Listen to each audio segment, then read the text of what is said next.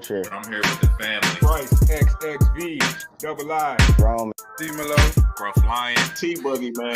Just the greatest sports show on the planet. La Familia. Hope y'all ready for a ride. Can't wait to hear what you guys got to say.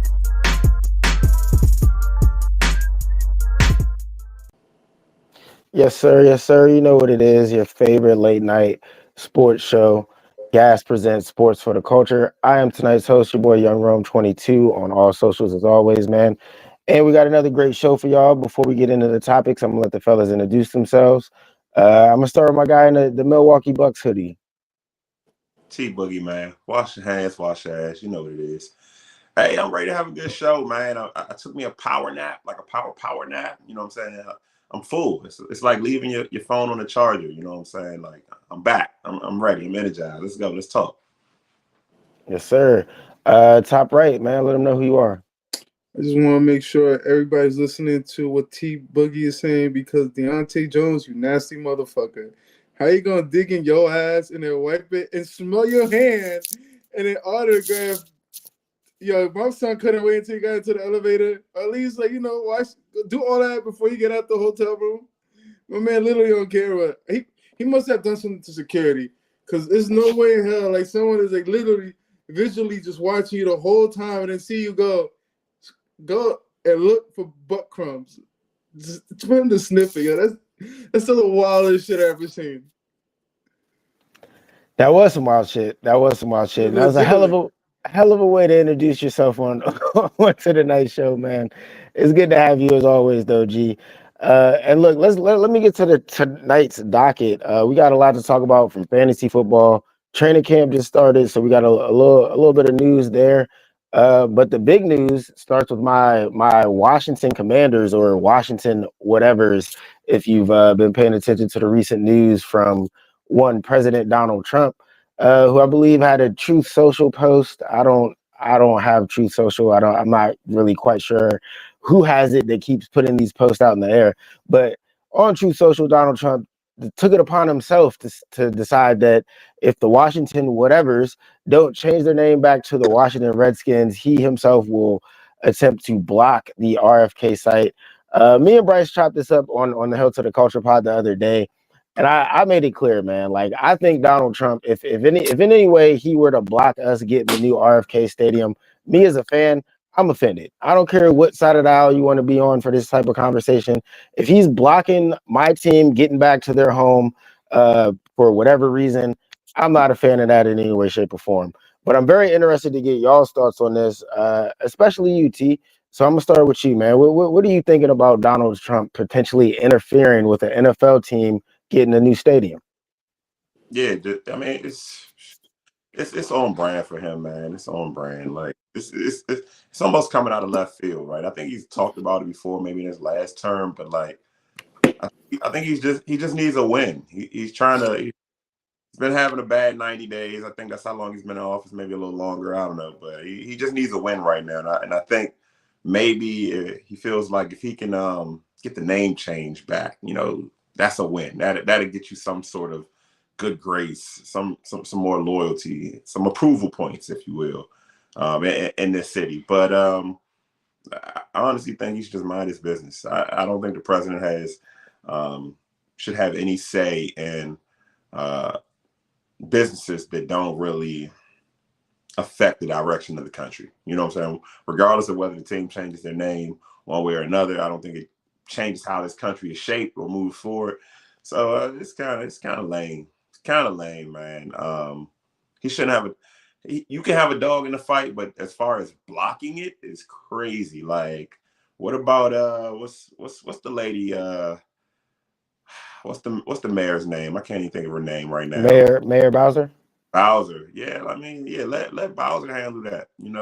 If Bowser decides to put this stadium in RFK or a new site, that's Bowser. But for you to be trying to apply pressure, maybe this is some tactic to, I don't know, attempt to get at Bowser or overstep or something. I don't know, but it is. It's very much a tactic to rile his base up, bro. You can call it for what it is, man. You know the politics game, like you alluded to, bro. He's had if you ask his base, it's been a great first 100 days or whatever. But Everybody else isn't really vibing with it. So I just feel like it's an attempt to rile the base and nothing more.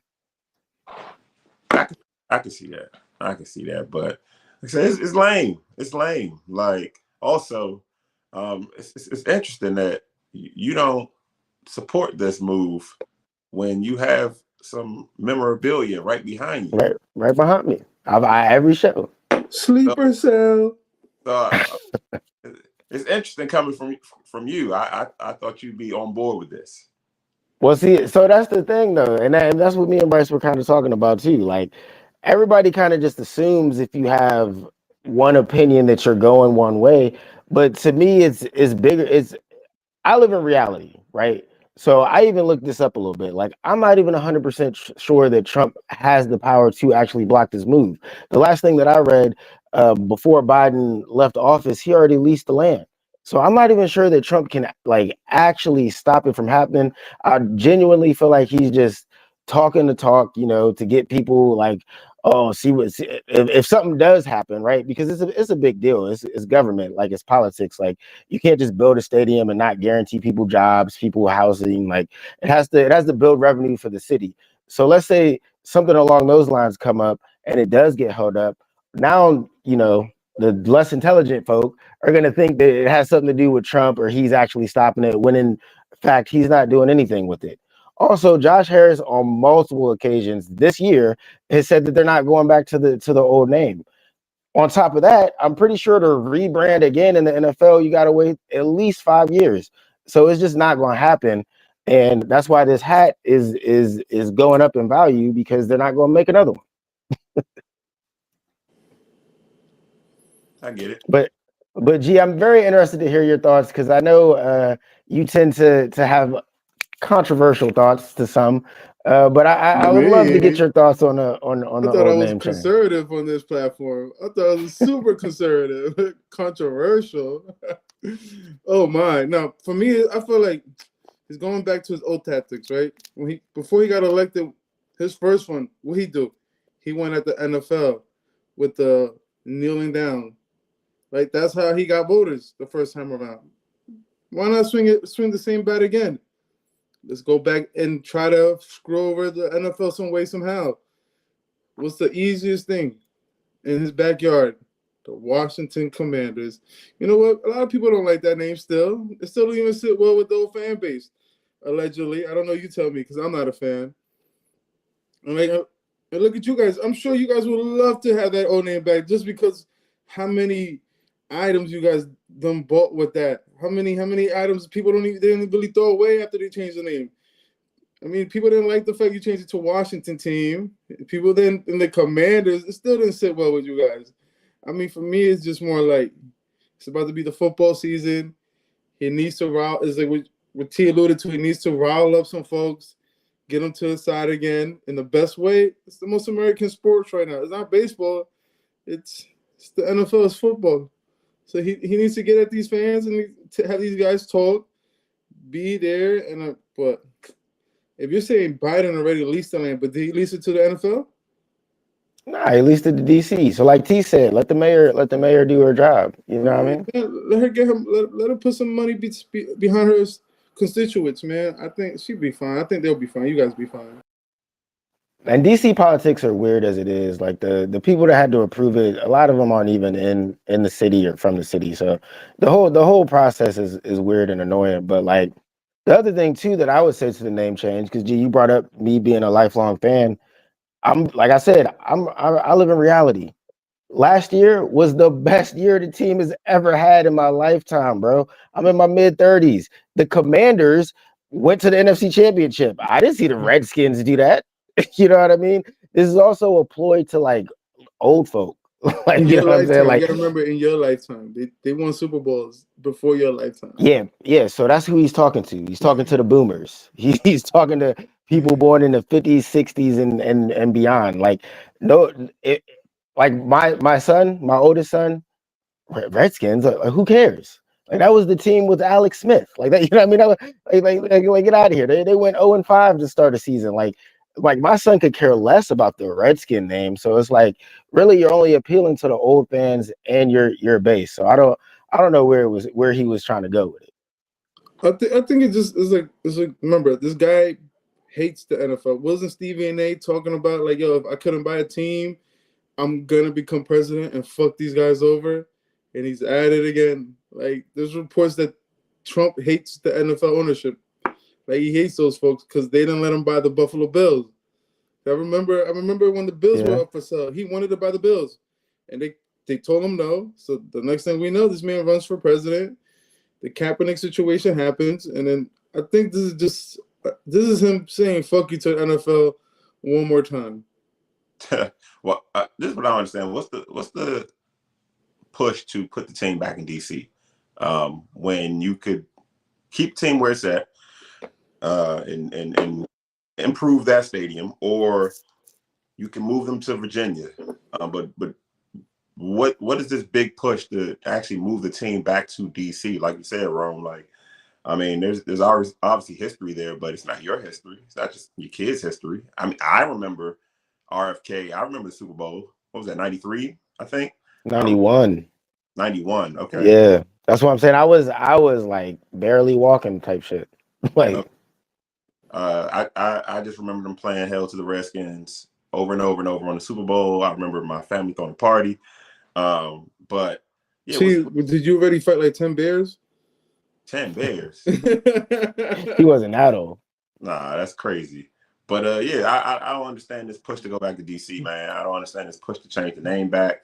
If you want to win, if Trump was looking for a win, just get a stadium built. Period. You know what I'm saying? Just push what's going to happen regardless. Like you said, like, yeah, I don't get it, man. I don't get it. It's a lot of political theater. It's a lot of pointlessness. I don't think Biden leasing the land should matter. I don't think Trump should speak on this. Like, what happened to the crowd that wanted to keep politics out of sports? Like, what happened? You know, I ironically enough, an old tweet surfaced to Trump where he said, I think it was 2013, where he said no sitting president should be worried about a name change back when they were trying to get them to change it from the Redskins. But yeah, here we are in 2025 where a president is worried about a name change. But T man, you brought up some good points. Like as far as the push to even get it back in DC, I feel like that was the owner already trying to appease the fans that want the old name change back. Like if you look at the new jerseys they just unveiled, it's the old Super Bowl era jerseys, right?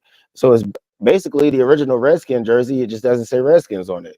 So I mean, like they're already doing things to kind of bring that old feel back for those old fans so that they don't feel left out with the new commanders and all that type of stuff.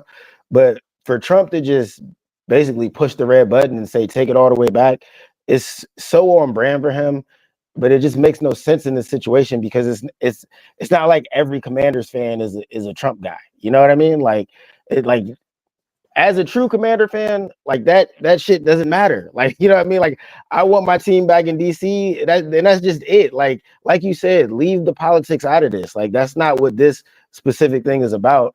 And if it can help the city, because that was the original hangup, was a lot of the government in DC was trying to make sure that it's actually beneficial to the city. So if it creates jobs, if it creates, you know what I'm saying, something positive for DC, then I'm all for that. So yeah, so wait, if they build a stadium in DC, right? Would the folks that live there get a little bit of money back, or like are they paying more because who's building the stadium? Will it be the people there?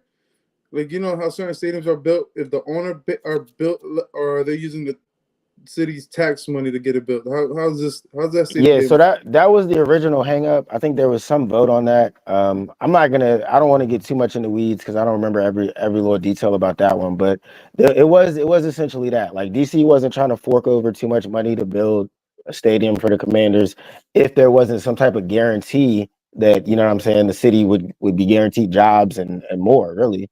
So I mean, like that's what I'm saying. Like for Trump to even attempt to get involved or block anything when it was finally going in a positive direction, it's almost like a low blow, which again is on brand for him. I'll agree with you then. And if it's preventing like the residents from getting money, then like yeah, my man, like step aside. Like we're living in tough times. People need jobs, and like working in the NFL, like it's what, like maybe once or twice a week, depending if you get that Sunday and Thursday game or that Monday and then a Friday game or some shit like that. So it's like, yeah, these folks want some money, man. Extra work week, extra little side gigs. Some folks need that. You get a little bit more money. Like, I know I've been to the Cowboy Stadium, not to see the Cowboys, but you can do concerts. If you get a nice Right. you can do different things. You can rent it out for little sports events and other sort of little stadium tours, all sorts of nonsense. The But the original plan for it is to be like a retractable dome and everything. Like they're trying to go all out with it. So No, like they want the thing that they had in the post was that Josh Harris and like the DC ownership and Magic Johnson and all them were upset that Beyonce didn't come here. That she went to, or no, Taylor Swift or some it was some megastar who was on concert at the time, didn't come to DC because they didn't want to do it in Landover. You know what I'm saying? So like that is a hit. So they really want to go all out with this. And that's why I said I think it could be beneficial to the city. I mean, they made it work before. So if it's back at RFK, I wouldn't be opposed to it. If it's somewhere else, I don't know.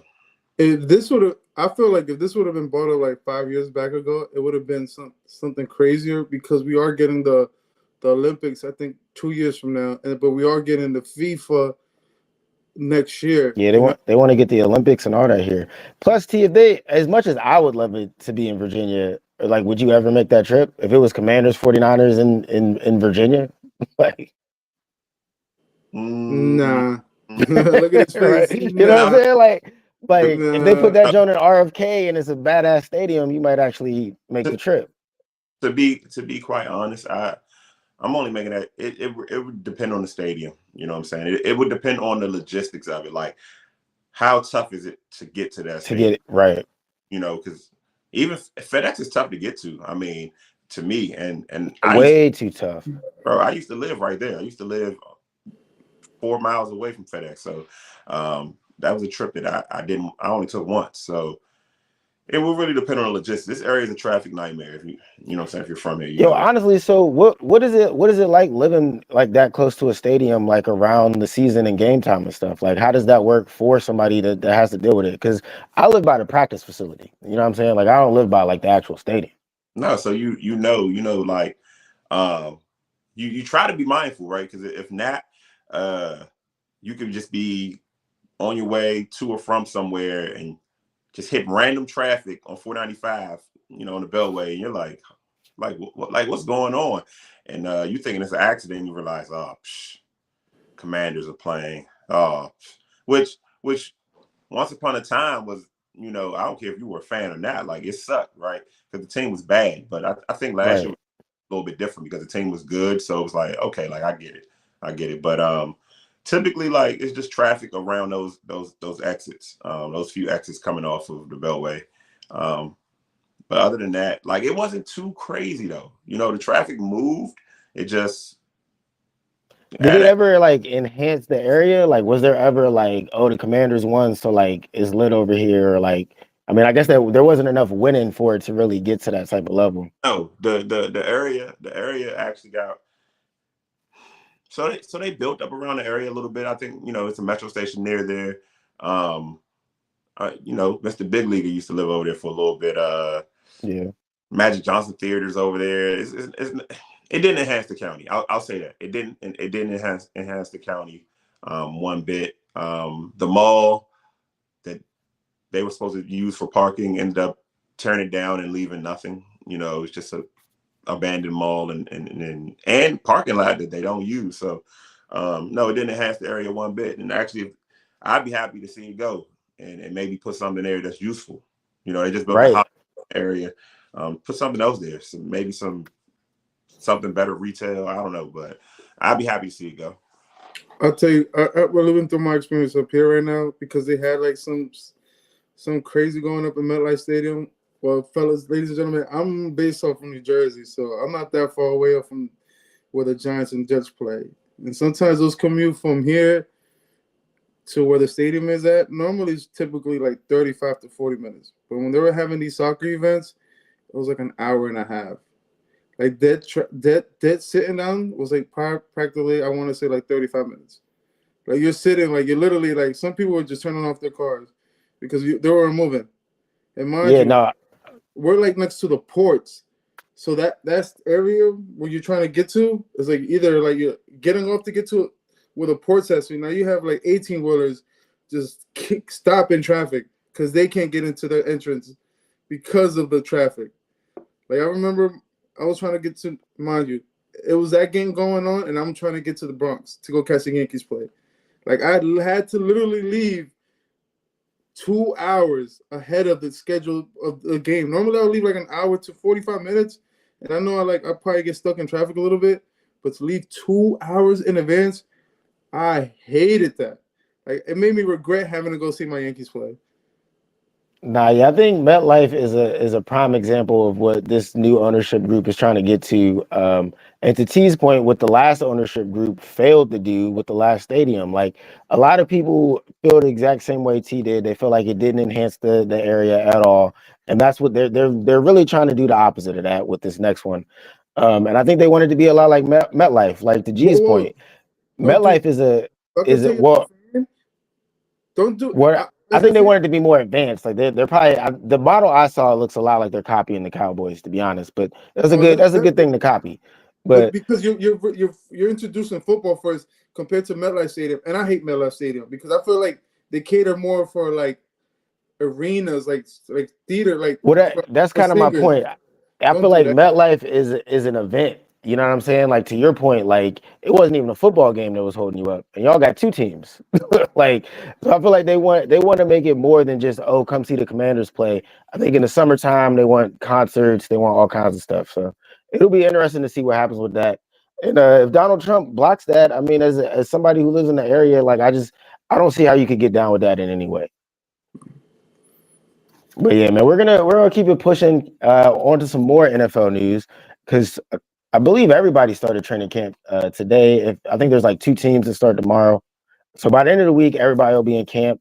Everybody will be practicing, and we'll stick with the Commanders. You know, while we're at it, because we had some of the biggest training camp news so far, and that was with my guy Terry McLaurin, who is officially holding out, as Bryce predicted. By the way, he's holding out of camp. He did not show up today in midst of a contract dispute, and I think he's looking to get paid over $30 million. And I believe Ian Rappaport or Adam Schefter, somebody said that the team has yet to be willing to get to that 30 million number just yet.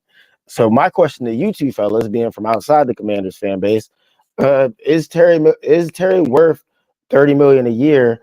And let's keep in mind DK Metcalf just signed a contract for 33 and a half, and I believe the highest paid receiver is Jamar Chase at 40 million. So with those two deals in mind, what would you pay Terry and why? I'll start with you, G. I say you got to pay him his money, man. Isn't he like on a Mike Evans run where he's been 1,000 yard receiver for like the last 5 or 6 years since he's Every been in the every league? every year, yeah, last seven. Oh man, you got. I'm biased most of the time, but this was one of those times. He's been consistent. Pay him his money. He's basically your number one option for your receivers, right? Oh, definitely. So then why are you not gonna pay this kid? I mean, your quarterback's gonna need him. When has it been good when receivers sit out? Yeah, never really. Right? They come back. They're having hamstring problems because they're trying to keep up with the work that's already being played, where everybody's been exhausted already. Like the body got accumulated to whatever's going on with the programs they running during off season. I think this is one of those moments. If you've seen what happened to any receivers that have sat out, they're an indication of your player might get hurt come week one because his body's not prepped to it. Pay this guy, give him his money. You know he's Mr. Consistent. And then the new age NFL, man, you can trade him off anyways in a year or two and get yourself a younger stud. So it's not like those contracts are going to hurt you. That's a good point, G. That's a good point. I never really thought about it like that. But you're right about the injury. I agree with that part 100%. You got to get them in the camp as soon as possible because these things, the longer a receiver stays out, I feel like the more chance for a soft tissue injury. T man, what are your thoughts on this situation? And do you think Terry is worth that $30 million number? So this is a tough one, man. This is a really unique situation because He absolutely earned it. He earned it. But you know, I'm from the mindset of like, you don't necessarily pay a guy for what he did. You know what I'm saying? Like, you kind of pay a guy for what he'll do over the course of that contract. It's rare occasions where I think you should pay a guy for what he did. But he's 30. He's 30. I mean, Terry was born in the 1900s. You know, I said that in the group.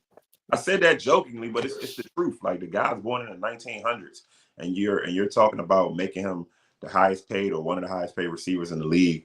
DK, how old is DK? 24? Like some of the numbers. 27, 27, 28. Okay, They're from the same draft class, for what that's worth. okay, but we're still talking about guys that are 2-3 years younger. And also, if you know me, you know I do not like old receivers. Yeah. I don't want Devontae. I told you guys try to tell me about Julio. It's really Mr. Big Leaguer. I told you Julio was done. I told you Hopkins is done. Like, I don't like old receivers. But the problem is you have a new regime, and I think it sets a bad precedent to pay him, because nobody's bigger than the program. You know what I'm saying? Like we've seen with the Patriots, right? When your service is up, we let you go. You've been a good soldier, but if you are worth what you think you're worth, somebody else will pay you. So you'll get that money regardless. You know what I'm saying? So it's a tough spot, because a big contract to an old guy on a very young team, right? Who's older? Hold on, I don't even want to interrupt you. Who's older? Because Debo Samuel's with you guys now, right? Yeah. So who's older, Debo or Terry? Debo. I think. How old is Debo? I think Debo's older. I can't remember off the top of my head. I think Debo's older though. I mean, honestly, the Commanders are technically the oldest team in the league. Not that that's like saying a lot. He might not be though. Same another guy, same draft class, right? Debo, DK. Yeah, I was gonna say I think they're the same draft class as well. But Debo Ben got paid. Right. AJ Brown, is AJ Brown the other one in that draft class? Yes. There was it AJ Brown? There was somebody else. I think it's AJ Brown. All those guys already got paid, got their big deal. So no, Debo Samuel's younger. He's 29. See what I mean? Like, yeah, and yeah, I don't know. This is a tough one. If I'm the Commanders, I'm paying them just because I want the momentum from last season to carry over. But do I think he's worth that much? I don't. I honestly don't.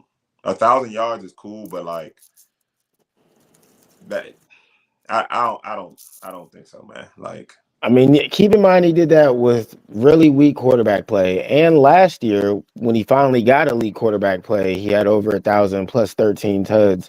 So I mean, and Lost and Finding, you're right. Terry is 29 right now, but I believe, but he turns 30 sometime in September. So by the time the season kicks off, he'll be in that 30 age range, and I think that is a big issue with his contract. I said it when I was chopping it up with Bryce. I think the biggest issue is going to be the length. I think Adam Peters is willing to pay Terry. I think he understands that the team needs Terry right now, but I think he also understands the future of this team, and you don't want to get trapped in a contract too late in someone's career when you're going to end up having to pay a quarterback like Jaden Daniels down the road. So, me personally, I think it's more than just the number. I think that they could settle on paying Terry 34, 35, or a little bit more than whatever DK just got. But I think they were only going to want to do that for a year or two at most. You know what I mean?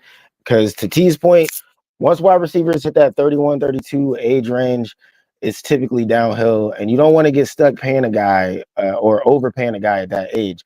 Now, maybe Terry's one of the few anomalies, right? Like we've seen Santana Moss. There's a few receivers that they get into that upper age range that can do it, but you gotta show and prove that. So to me, Terry McLaurin and his agent, I know they're going for that last big bag, but they're gonna, if they want to stay in DC, they're gonna have to eat the fact that it's not gonna be a long-term deal. At best, he'll get a deal with maybe some Fugazi years where the team can get out of it. But I don't see Adam Peters folding and signing Terry for more than two more seasons. Yeah, that's the issue, right?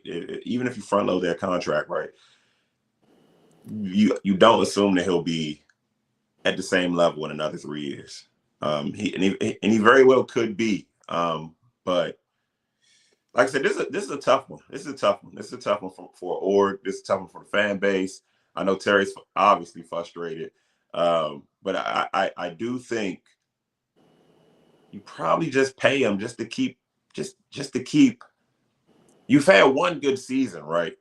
This won't be the first time you've overpaid a guy, but at least you're overpaying a guy that brought the team value. You know what I'm saying? You're overpaying a guy that's a fan favorite. You're overpaying a guy that went through the trenches. He went through the bad years. So I think they should pay him even if he's not worth it. Even if you get stuck with a bad contract, it's probably okay to get stuck with a bad contract with a guy like Terry. He's been a good soldier, and maybe that can bleed over into other guys wanting to be a good soldier. Well, he's also go ahead, G. Go ahead. So I want to say, right, let's put our GM hat on, right? Are you going to get him shorter contract but high guarantee? Longer contract, shorter guarantee? I mean, I think the way Terry was talking in that Eastern Motors little event, he wants guarantee and the long-term deal. But if I'm Adam Peters, man, I think the only real way this works is at best you give him a 3-year extension where those first 2 years basically he's gonna I really it's an extension, so really it's only going to be 2 more years because it would be this year plus 2, so that's 3, and I would guarantee him most of the money this year and next year, and then if he wants to come back to the negotiating table at that time, that would be up to him and his agent. But it just doesn't make sense to be tied down to a receiver at age 32, 33. Now, again, if Terry the next 2 years with Jaden gets 1,300 yards, 15 touchdowns, and he wants to renegotiate, you know what I'm saying? At that point, then I think, you know what I'm saying, that's fair. But Terry would kind of have to bet on himself in that situation. Are you potentially in the position of paying a guy and drafting his replacement? And that might be a hang up where Adam Peters is. Maybe that's another good point, T. Maybe Adam Peters is already looking down the road where he's like, okay, I paid Terry for this year and next, but next year I already got your replacement on the team. So so year 3. And I mean that could also be a way to play it. Like the longer this is drawn out, the more that I've been telling Commanders fans that listen to the Commanders pod, don't expect Terry to retire in the burgundy and gold. You know what I'm saying? Like they're retiring Art Monk's jersey, but he went on to different teams. Like, don't expect Terry to be here for life. So hopefully they can get something done because to your point earlier, T, they're on the verge of something, right? Like you had a good season last year, you made it to the NFC Championship, you got a good young quarterback. This was his number 1 guy. It would be silly to mess that up right now, you know? So yeah, like I said, this is just a tough one, man. Just a tough one because that 3-year deal absolutely means he's not retiring. He's not retiring with your team. No, it doesn't. And I think that's what Terry wants, like in his heart of hearts. But it's like, is the business side of that doesn't really make sense. Yeah. He can't retire here with a short deal, unless he gets hurt. Right. And if he got hurt, then the contract looks extra crazy. So, yeah, I don't know. I love Peters. You know, Peters came from the 49ers. I trust him. So if he's sitting and letting the star receiver hold out, he has some real concerns. Yeah, and I figured as much. Once Terry said that they hadn't spoken for a month, Terry's interview was very eye opening. I feel like because a lot of people thought like, oh, you know, like it's Terry, like why wouldn't they pay him? You know, this will be simple. But once he said that they hadn't spoken about it in like a month, I was like, oh, okay, like they got there's definitely some smoke. You Or boys some drafted fire. any receivers? Nobody that I would say is a Terry replacement, but we do have the dude from Tech, Jalen Lane. Fast guy, so I would keep an eye out on him. So my thing is, speed kills. So don't you think your GMs felt like they already drafted his replacement now, and they're looking like we're gonna try him out first? Nah, I wouldn't say that. Not yet, not just yet. I really do think that they want to keep Terry for at least this season. I just think Terry wants to be a Commander forever, and I want you to be a Commander forever too, dog. Like I do too, but it might not be in the cards. But let's keep it pushing, man. There's another holdout in training camp that I wanted to ask y'all about, and that's dude from the Bengals, the pass rusher, Trey Hendrickson. He pulled a Still, fast one on Trey Hendrickson. He led the league in sacks, he but he is pulled a still the sack king. yeah, yeah, he pulled a fast one on the Bengals. I believe he was in Cincinnati the night before training camp started, and then the day the training camp is supposed to be happening, but he posted on Instagram he's in Florida. So I think that was a nice way of saying, fuck you, metaphorically. And the Bengals, man, this one has been dragged out even longer than the Terry thing, and it's been even nastier. So I mean, really for this one, I want to get into trade talks because they also have a first round pick edge rusher that they also haven't signed him either. That's another topic though. But I highly doubt that Trey Henderson stays with the Bengals the way it's looking now.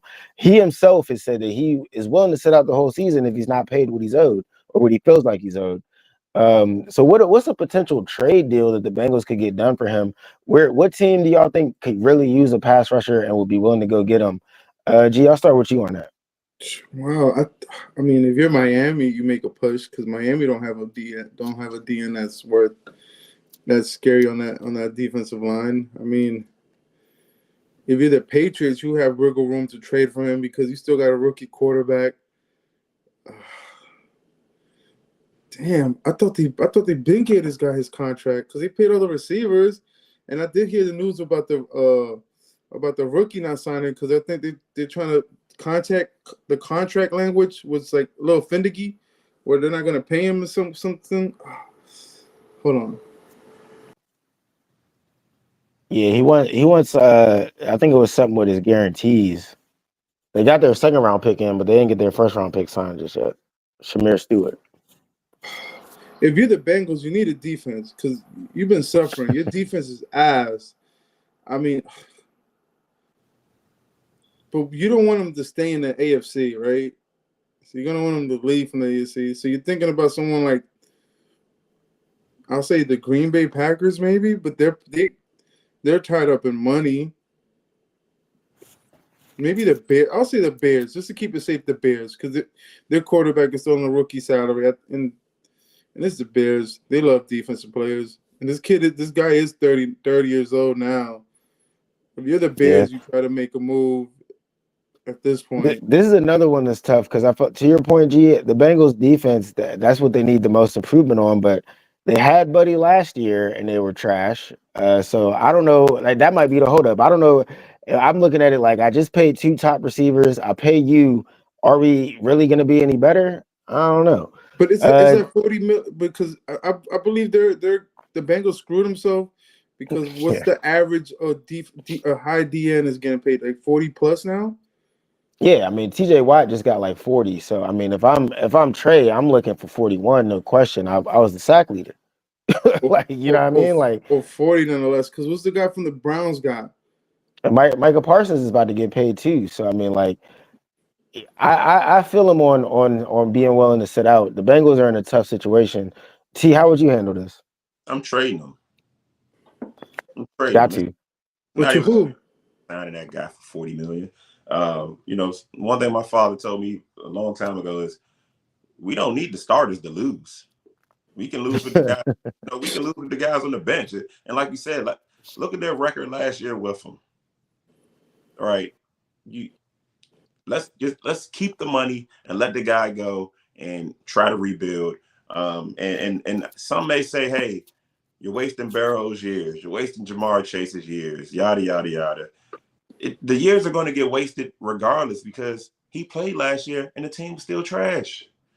Shamar Moore, that we don't need to sign you either. Like bad teams don't have to do all this nonsense and you right. There's no leverage from the player against a bad team. Like Terry has leverage. That's a playoff team. You're potentially risking the momentum of a playoff team. The Bengals suck. If you both of those guys today, that's still an 8-win team at best. If Joe Burrow plays lights out, they win 9 games. If he throws for 5,000 yards, that team wins 9 games. So it doesn't matter. If I'm the Bengals, I'm getting rid of those guys as quick as possible. sign and trade, whatever we can work out. But I don't care if I got to trade them both to the same team. I'm getting them off. So you would trade the rookie too? They both got to go. They both have to go. Both have to go. I don't need to sign you. I just don't. Like, maybe you two together could revolutionize my defense. Just maybe. But at what cost? At what cost? Right? And I feel like that's if they were to sign both of them, because I really don't think they're going to sign Hendricks. I think you got to sign Stewart. But if they were to sign both of them, I guess that would be the hope. Because to your point, man, like that defense was abysmal. They were. Yeah, we can be abysmal for another season if it saves me what $50-60 million a year. We can be abysmal another season. No, yeah, because you got to rebuild that whole defense. You know what I mean? Like you're more than a couple pieces away. Imagine how many pieces I can go out and buy for the contract that those two guys want. And they might not be superstar talents, right? But you don't necessarily need a bunch of Pro Bowlers on your defense. You know what I'm saying? You just need really good guys and then a couple guys to take that leap. Because somebody's going to make a tackle on the field. So yeah, I'm not paying those guys. You can't threaten me with a bad time if I'm already having a bad time. Now that's a good point though. I think there is a little bit of leverage when you get to the offs. I think if the Bengals would have made the playoffs, it might look a little different. But yeah, man, they had a terrible season in all reality. They already, like to your point, they wasted a great year from Joe Burrow last year. And Hendrickson is absolutely worth it. Absolutely worth it. Guy's a demon. You got to double team him. You know what I'm saying? He's winning one-on-ones. He can play the run. Still, I don't know. I'm not. If he's not a good fit for the Bengals, though, who do you think? If you're a GM and you need a guy like that, who's trading for him? I think G was in the right ballpark. Either a team with a quarterback on a rookie contract or a team that is a piece away. Like we're trying to get over the hump. Maybe Detroit could throw some assets at them because with Hutchinson coming off an injury, the Rams, you could put them next to Verse out there. That would be crazy if old boy ended up in Detroit. I can see the Rams making a play for him too, actually. Because the Rams went and got their Super Bowl year, right? What did they go get? Ramsey, and they were going. They got Miller that year too. They went and so I mean that would make a lot of sense. Yeah, I just think teams that are trying to get over that hump should or could. Buffalo, because then they lost Von Miller, so right. So they need another rusher. Yeah, I mean, if anybody could afford the space, could use a pass rusher. I mean, and pass rushers typically can give you production in their 30s. So even if he doesn't lead the league, bro, if you finish with 10, 11, 12 sacks, like that's an impact. So yeah, I don't know. I just know if I'm the Bengals. So what? What are you going to do? What, ruin the team? We're already in ruin. Yeah, man, and to your point, Joe Burrow himself said that their Super Bowl window is as long as he's the quarterback. So you might as well take this season, take a lump this season, and rebuild for another year. Absolutely not. I told you, the Bengals Super Bowl window was the season that they got there. It was a glitch in the matrix. They'll never get there again in our lifetime. That Joe Burrow will not be playing another Super Bowl, at least not for the Bengals. I'm gonna agree with T what you were saying earlier because these guys' home record last year was 3-5. Like you're right, it's hard to pay somebody when like your home record was 3-5. Like it's kind of tough. Yeah, I mean the team, like I said, the team was trash. You led the league in sacks because you was on the field so much. Yeah. I feel like a lot of Bengal fans don't want to accept the truth on that one, and like y'all just weren't good enough with him for the team to want to sign him back, and that's just the fact of life. That's just reality right there. But let's jump on to a little quick fantasy topic. G brought this up in the pre-show, and fantasy season is right around the corner, so we gonna touch on a couple wide receivers that could potentially be in your fantasy drafts here in the next couple weeks. G man, you want to kick us off on this one? Yeah, guys. So I know fantasy is around the corner. I know some folks like to start drafting early August. Myself, I like to wait until that Saturday before the start of the week to start drafting because you never know. It's training camp and players get injured. You don't want to. Your number one pick goes down. Then you're like fucking scratching your head trying to figure out what kind of trade you can finesse with somebody else before the start of the season. But for me right now, we're talking about receivers, right? So your top 5 receivers going into this year, and we're gonna start off with the Triple Crown King himself, Jamar Chase, being your number one option. The man was electrifying during the playoff run. So if you had him in your playoff run, you were guaranteed anything over 25 points per game. He's going nuts in the month of December. And then I want to say, one of my second pick overall will have to be Justin Jefferson, Mr. Reliable. Who would have thought he would have had a crazy season last year with Sam Darnold? I thought he was going to be a bust. I didn't think he was worth the number one pick. But hey, man, that guy showed you he could do it with any quarterback. He was that kind of guy. So you think he'll do it with JJ? I think if he did it with Sam Darnold, he would ride his career. He got him paid. What was it, like 130? I think he got him. He got him paid. He got him paid. He got him paid. Matter of fact, I hope Sam Darnold sent him a nice Christmas gift. It sends him something nice the start of the season because he took care of his family. I mean, low key, he got my man Kirk paid too because Kirk wasn't looking too hot in Atlanta. You see what I'm saying?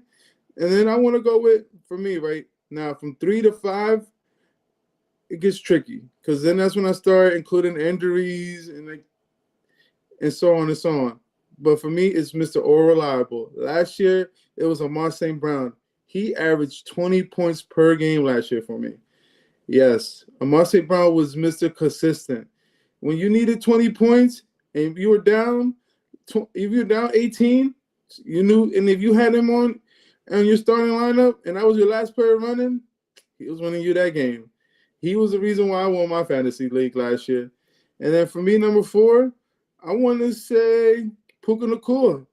I rank Puka Nacua this low because he tends to get injured, which it hurts you. But when he's playing, he's electrifying. For me, it's Puka Nacua and really Jamar Chase, if no injuries included, because Puka Nacua is a monster. I didn't see this coming from this kid. And then number 5, number 5 it could alternate. Right now, number 5 for me, I'm gonna be a homer. I'm gonna show love to Neighbors, man. Neighbors had a great December, and he did it with scrubs as a rookie. My man was on fire. I believe his last game was 32 points for me. Won me my chip.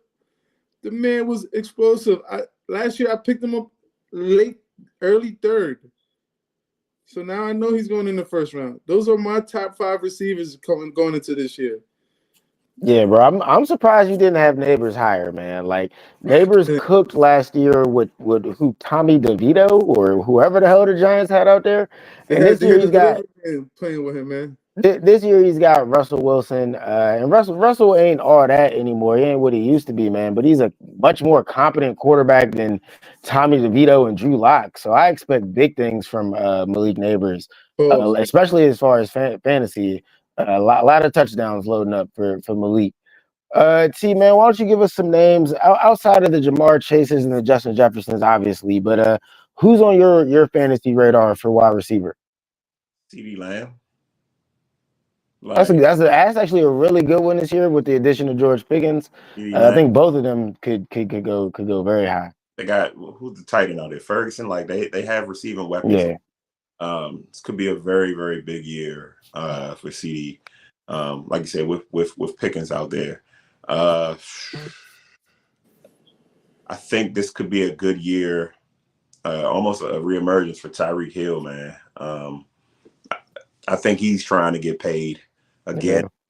And I don't think it'll happen, but I think Tyreek Hill is poised to have another season. I don't think the Dolphins will be good. That means they'll be behind a lot, and they already like to throw the ball. So I think between him and what's the other guy out there? Waddle. Hold on, what's the guy? The other receiver. Waddle. In Miami? Yeah, Waddle. I think those guys will be sneaky sneaky picks. Another sneaky pick that I don't think people were thinking about is I felt like Xavier Worthy came on late. That was one of my. I was gonna say him. Go ahead. What's up, Kelly? Yeah, I think Xavier Worthy, man, like they should be getting Rice back, right? Hollywood, it should be back healthy, but I think out of that group, just Worthy has that game changing speed that you can't really defend that. Like you can't really defend that. We in the Super Bowl, didn't he lead the team in yards and receiving yards? I believe so. I think He was cooking in the Super Bowl. He's about to have a great season. Yeah, I think if I remember correctly, he had a decent Super Bowl against a very good defense, very good secondary. I think breakout season for Worthy. I think he'll get around at least 1,300 and more touchdowns. I think they'll scheme for him more. I think Mahomes trusts him more, but those are some of the guys. Everybody else is kind of like fringe guys. I think this is another season where you might win your league going receiver heavy over running back. Like, yeah. Not to give too much about my strategy, but I think I'm going receiver before Jesus Christ. I mean, if you find a stud, you find a Saquon, you find a guy that can carry the team, maybe CMC stays healthy, you're always in a good spot, right, with a running back because they're getting those touches. But one running back injury can kill you, can kill your season. But if you have 5 receivers, and I think I'm just talking draft strategy here, a little tidbit. If you get 4 or 5 guys that are producing consistent points, you have the ability to trade and maneuver and have some wiggle room within your fantasy season, whether you're doing good or bad. So I think this is going to be another good year for receivers, even though we've kind of seen the league transition to the running game a bit more. I don't think it's there quite yet. No, I agree with you on that. I don't think it's all the way back to what it once was, but it is getting more leaning more run heavy. I'm surprised you guys didn't say a couple of these other names that I'm looking at on this fantasy receiver list. But one of the first guys that came to mind for me was Lad McConkey on the Chargers. I actually think I'm ranking him a little bit higher on my fantasy list than Puka Nacua this year. I think he's going to cook with Justin Herbert. Once again, they had a great year last year. And another guy was Brian Thomas Jr. I don't believe either one of y'all mentioned him. I think he's due for another real good year. He had a strong rookie season. So both those guys. And honestly, this is why I said I'm surprised you didn't have him higher. Malik Neighbors is my number 1 receiver on the board this year. I was highly impressed with what he did last season with a bunch of bums. And I really do think with a quarterback like Russell Wilson that can actually run an offense, sky's the limit for Malik Neighbors. He's going to be one of the better receivers, period. But fantasy-wise, I think he's going to get a lot of the Giants' points. They might not score a ton of touchdowns, but when they do, it'll be Malik. My thing is the Giants don't have an offensive line, bro. I can't buy Lad McConkey. Can't buy it. Sounds like, first of all, he sounds like he should be like winning pro bass fishing championships. Bro, Lad a dog, bro. Lad's a dog. He is a dog, but Harbaugh rarely produces league-leading receivers. Like that's a Greg Roman. I mean, not Greg Roman. Yeah, Greg Roman. Hold up, no. That's who's their OC? What's the OC? Yeah, it's Greg Roman. It's Greg Roman. It's Fangio. Yeah, it's Greg Roman. That's a run-first guy, bro. That's multiple running backs. We're gonna run, hit the tight end, hit. I mean, Najee Harris done blew off his eye though, so I don't know what they about to do with running back. We're not talking fantasy running backs, but Hampton, the boy Hampton, that's what I got to keep your eye on. Bro, every running back does relatively well with Greg Roman. You know what I'm saying? He's kind of like the new age Mike Shanahan, where guys get in that system and they find yards. From when he was in San Francisco to when he was in Baltimore.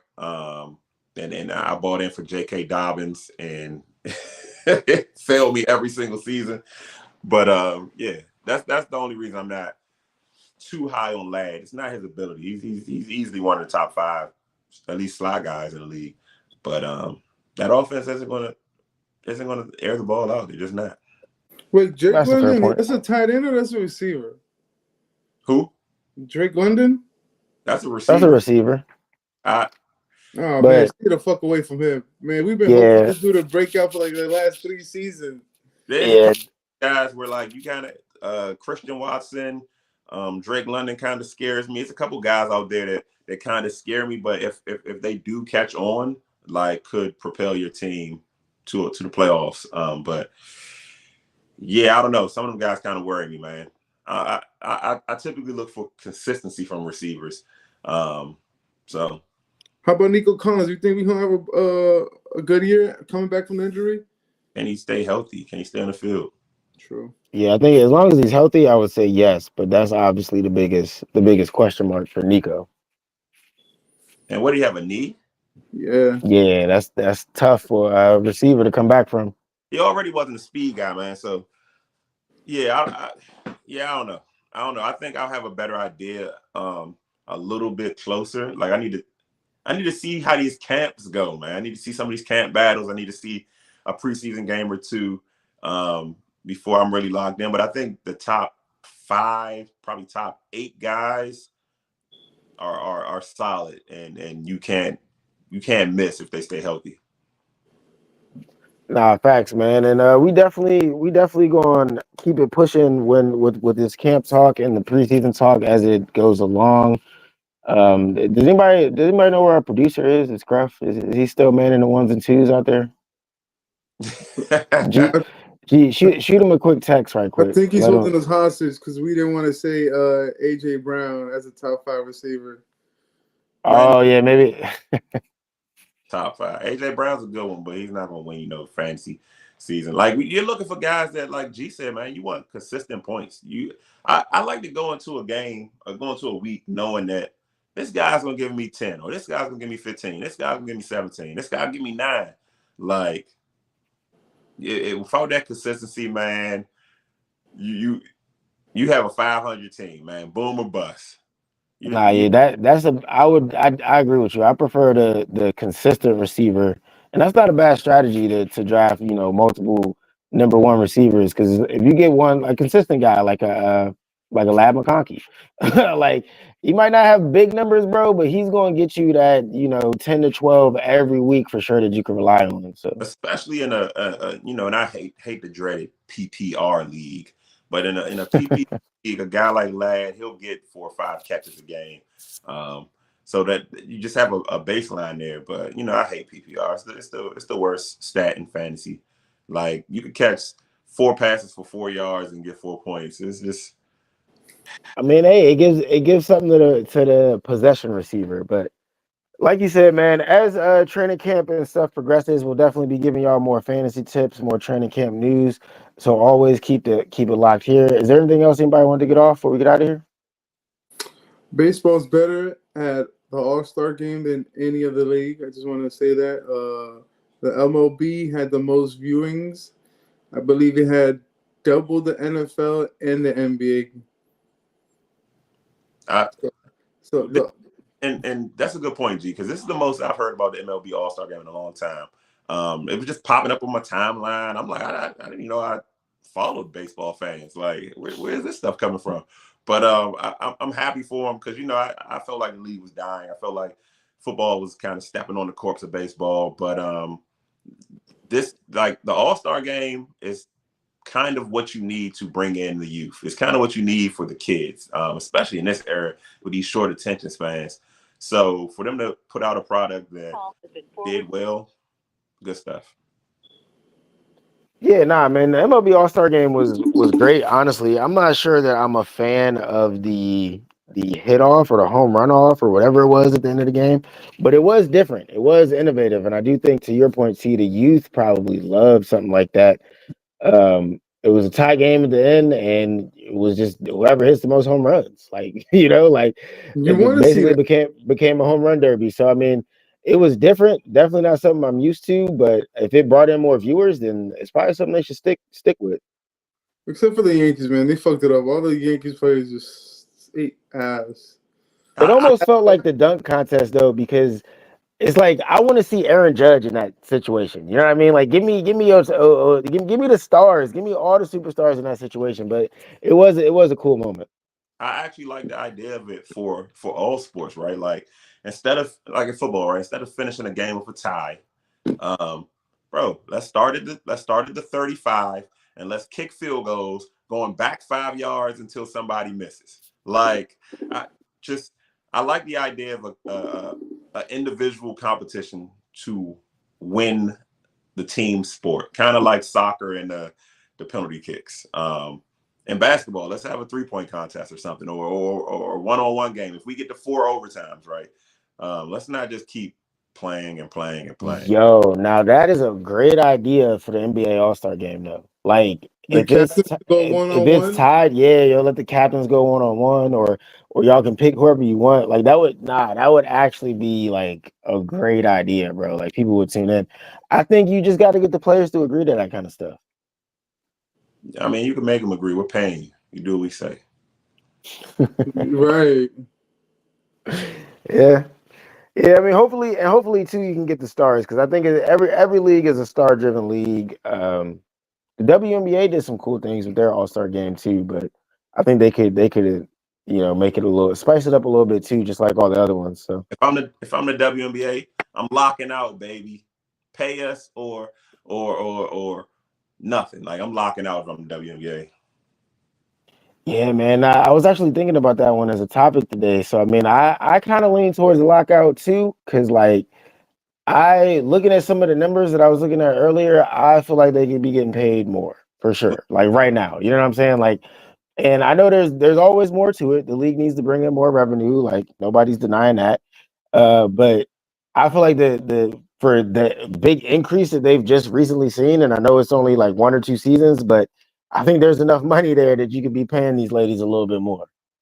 Listen, if billionaires are investing, they're trying to create 3 more franchises, right? Right. So if billionaires are investing, you don't see billionaires invest in a product that's potentially going to lose money. That rarely happens, right? Not on that scale, because you're talking about hundreds of millions of dollars of an investment. Um, yeah, no, they're going to make money. They just signed a $2 billion media deal for the next 11 years. Their shoes are selling. This was Yeah. something I noticed. I seen guys wearing Sabrina's shoe. I seen guys wearing Aja's shoe. So like when the guys start wearing the women's shoe, not only to play but as a lifestyle sort of thing, you're headed in the right direction. So and a professional athlete only has a tight window to make that money. So for you to be in that small space, that small window, you got to get the money right now. You got to get the money right now. And businesses operate at a loss. The NBA operated at a loss. Tesla operated at a loss. SpaceX operates at a loss. Like when someone else is subsidizing you, that does not mean we cannot pay employees more because we're operating at a loss. We know the goal. We'll make more money eventually. So pay the players right now. Yeah, because that was stunning. And to come out to find out like one half of that team didn't know they were going to do that, and they did it together collectively, that goes to show you like you really, everybody's on board when it comes to getting paid. Nah, Yeah. yeah, I would even go as far as to say them pay them something now. If you're against these protests, if you feel like this isn't helping the league, then why don't you go ahead and pay them a little bit more now? And like T said, the league will make more money down the road. It's only getting bigger, man. Like you said, bro. Billionaires aren't going to invest unless there's some type of growth. It's not a dying product; it's a growing product. So get these ladies paid sooner rather than later. And that goes double for Terry McLaurin. But let's go ahead and wrap this joint up, man. Y'all know how we end every show. Sports for the culture.